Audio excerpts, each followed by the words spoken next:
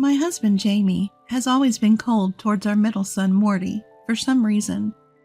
This started to strain what used to be a smooth relationship between us. Is he treating Morty this way because he suspects that Morty doesn't look like him, and I might have cheated? I suggested a DNA test, but Jamie stubbornly refused. Suspecting something was off, I took the liberty of getting a DNA test done on Morty myself. What I found out was beyond belief. My name is Mia. I'm 35 years old. I work full-time to support our family. Jamie and I will soon be celebrating our 10th wedding anniversary. We hit it off at a party, and things went smoothly to marriage. We have 3 kids. Our eldest son, Mark, our middle son, Morty, and our youngest, Lucia. Jamie has always been thrilled whenever I was pregnant. When he found out Lucia was going to be a girl, he was so happy he even teared up. Though raising 3 kids takes a toll both physically and financially, I feel incredibly blessed to be surrounded by such wonderful children. All of this joy, I owe it to my kids who have grown up so well. I wish I could say I couldn't ask for more, but there's one thing that bothers me. Jamie's attitude towards Morty. He's a wonderful father to Mark and Lucia, but for some reason, he's always cold to Morty. Just recently, this happened. We went to the park as a family of 5, but Jamie would only play with Mark and Lucia. When Morty tried to join in, Jamie brushed him off, saying, "Morty, go play with your mom." "But I want to play here with Dad and everyone else."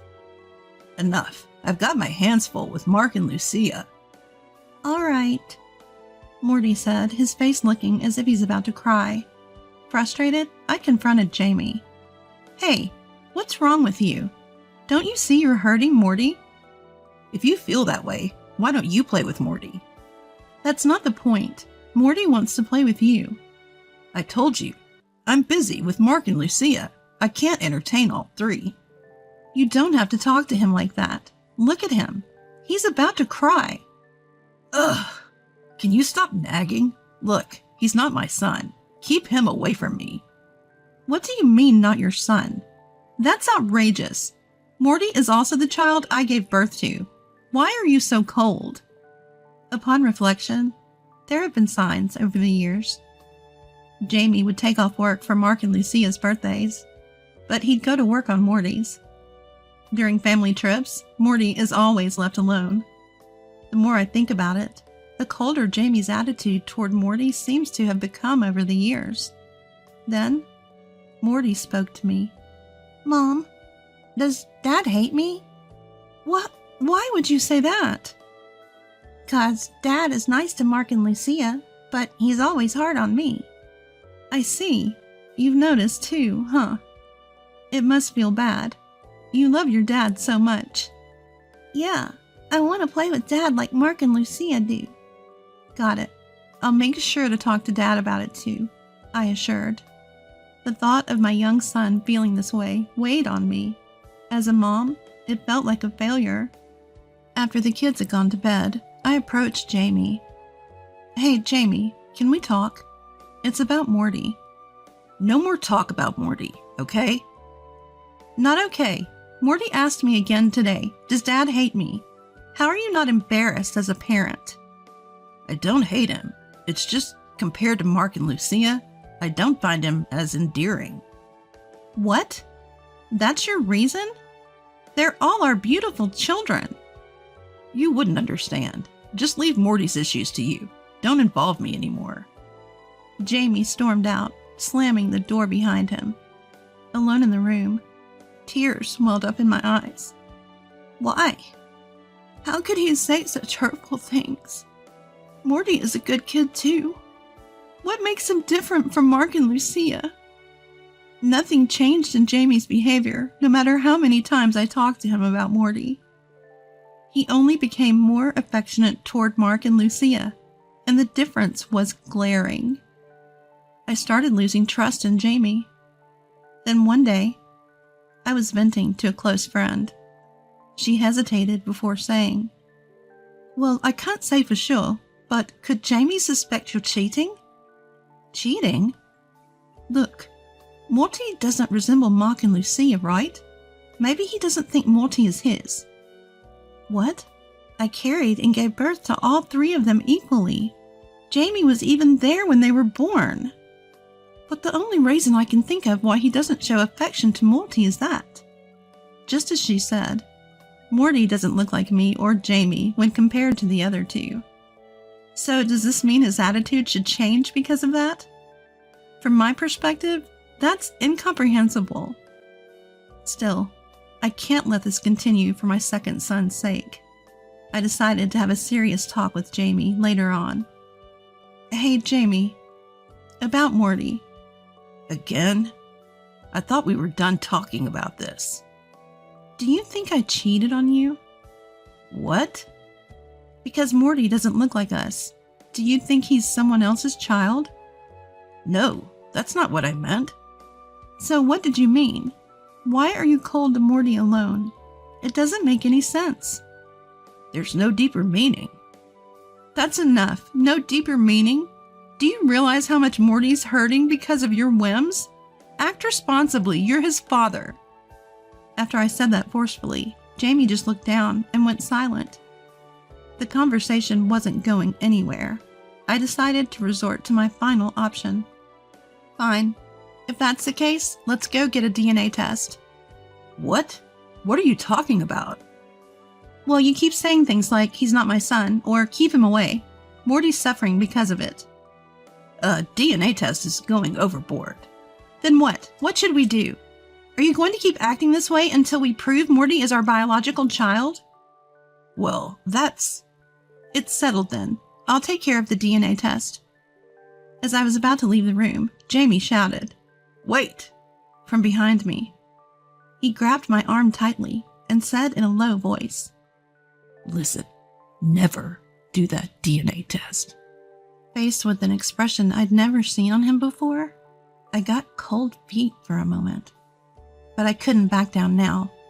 I clenched my shaking legs and looked him straight in the eye. If you can't treat Morty like you do our other kids, then I'll insist on a DNA test. Stop this nonsense. We don't need to go to that extent. It's because of the way you're treating Morty. I don't want to do this either, you know? Calm down. There's no point in doing that. Enough. I can't stand seeing Morty so sad anymore. If I don't see any change in your attitude, I'll go ahead with the test. I shook off his grip and stormed out of the room. Whether it was my warning or not, Jamie started talking more to Morty. Gradually, Morty began to smile more, and I felt relieved. Then one day, all 5 of us went out for dinner. As everyone was deciding on their meals, Morty spoke up. Hey, what are you going to have, Dad? Oh, I guess I'll go with a hamburger. Then I'll have a hamburger too. What? I actually like the same foods as you, Dad. I just never said it before. As Morty grinned, I couldn't help but smile too. But Jamie had a different reaction. Why would we like the same things? You're not even my kid. Jamie's harsh words made Morty flinch. What? Dad? Don't call me Dad. Just stop it. Why? Did I do something? I'm going home first. Mia, take care of the kids. James quietly left the table and walked out of the restaurant. You could cut the tension with a knife. The kids sensed something was off, and the whole dinner turned somber. Selfish act by Jamie, casting a shadow over even the children. I couldn't hold back any longer. That night, I cornered Jamie for a heart-to-heart. What was that today? Do you have any idea how Morty must feel? I'm sorry. If you want to apologize to Morty. Why would you even? It's out of my hands, okay? He's not my son. Just leave me alone. At that moment, my patience ran out. All 3 are our children. No difference. And yet, he can say such a thing so easily. There's no time to hesitate. I have to change the situation for Morty ASAP. The next day, I took a day off from work and left the kids at my parents'. I then headed to the appropriate facility and requested a DNA test. I explained the situation to my parents and decided to stay with them until the results came in. That night, I received an out-of-breath call from Jamie. Hey, Mia, where the heck are you? At my parents'. Me and the kids are staying here for a while. What? Why all of a sudden? To spare the kids any more pain. You know what I'm talking about. Well, Don't call us until you hear from me. Goodbye. hey, wait a... Ignoring Jamie, who started to say something, I hung up the phone. My parents back home were worried too, but all we could do now was wait. Several days later, an unexpected truth came to light. I secluded myself in my room and opened the envelope containing the DNA results. My heart felt like it was going to leap out of my chest. Its beats were that loud. Seeing the results, I couldn't believe my eyes. What? This has to be a joke! According to the DNA test, Morty had no blood relation to us at all? He wasn't Jamie's child, nor was he mine? What the heck is going on? There's no way he's not my child. I clearly remember giving birth to Morty and during the labor pains. But the test results couldn't be lying. The names written were correct. In my shock, my mind went blank. I decided to leave the kids with my parents and head back to confront Jamie. I handed him the test results and interrogated him without mercy. What does this mean? You can't be. These are the DNA test results you've been refusing. Explain. You know something, don't you? Well, My husband fell silent, his eyes darting around evasively. At that last moment, I was incredibly angry at him for not facing the truth. That's enough. I don't know what you're hiding, but the results are out. Has this got something to do with why you've been so cold to Morty? no, it's just... If you won't speak up, I'll go back to the maternity clinic where I gave birth to Morty. I'll even call the police if I have to. Are you okay with that? Raising my voice, Jamie finally gave in and muttered. All right. Then he spilled a shocking truth. Morty isn't our child. He's the child of the woman I cheated on you with. What? The child of your affair? Yeah, a woman I met around the time you were giving birth. Wait a minute. That doesn't make sense. I gave birth to Morty and was discharged from the hospital as scheduled. That's impossible. I met her at the maternity clinic. She was a pregnant woman whose due date was the same as yours. What? When I pressed him for details, Jamie explained it like this. I was told I was at risk for preterm labor, so I was hospitalized at 9 months pregnant. Jamie visited often, but little did I know he had met someone else at the hospital. Turns out she was the daughter of the head of the maternity ward, and she was carrying another man's child. She fell head over heels for Jamie when he came to visit me. Apparently, she was forced into marriage by her parents to produce an heir. Maybe that's why her infidelity escalated. She wasn't in love with her spouse. Under these unique circumstances, Jamie and she began to have an illicit affair. Or rather, she aggressively pursued him, and before he knew it, they were entangled in this complicated relationship. She gave birth to her spouse's child on the same day I did. Then she cornered Jamie. I want to raise your child. If you don't let me, I'll spill the beans to your wife. Switch our babies. In short, it was blackmail. Fresh from giving birth, I couldn't possibly hear about Jamie's affair, so he caved to her outrageous demands. As a result, our biological child was switched with hers. In the hospital, Morty, who is really her child, came home with me.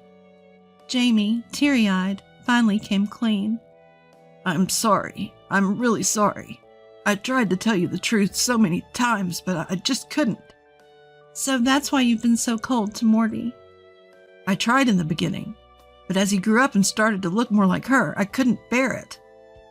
I can't believe this. All because of that. You don't understand how hard it was for me. My feelings are something you'll never understand, Mia. You can't be serious. Selfish much? I found myself raising my voice.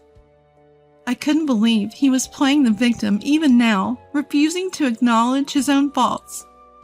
A surge of unutterable anger filled me. Are you kidding me? I was struggling too, you say?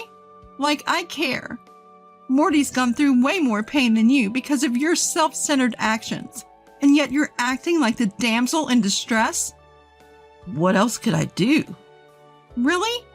It all started because you cheated, letting yourself be manipulated by her? What about our real child? What about Morty's feelings? What will happen to them? Well, that is. I've had enough of you. You've lost any right to parent. I'll raise all 3 kids myself. They'll never see you again, nor will you claim to be their father. Live with your guilt, you piece of trash. Ignoring Jamie's attempt to hold me back, I stormed out of the house. I later consulted a lawyer and expedited the divorce. Jamie admitted to the affair, and based on the DNA test results, we divorced, with him taking full blame. I even found the woman he cheated with and made sure to demand alimony in the divorce trial. The only regret I had was finding out that our biological child had been living in a facility due to parental neglect. But there's no turning back now. People might think it's cruel, but Morty is my child now. From that day on, she had no contact with Jamie. I gained custody of the children, and now they're living at my parents' house. Fortunately, I have a job, so we're managing, but I expect to face various challenges ahead. Yet I have no regrets about my decision. I vow never to let Morty, who has come back to me, feel sad again. I plan to give equal love to all my children as if they are all my own.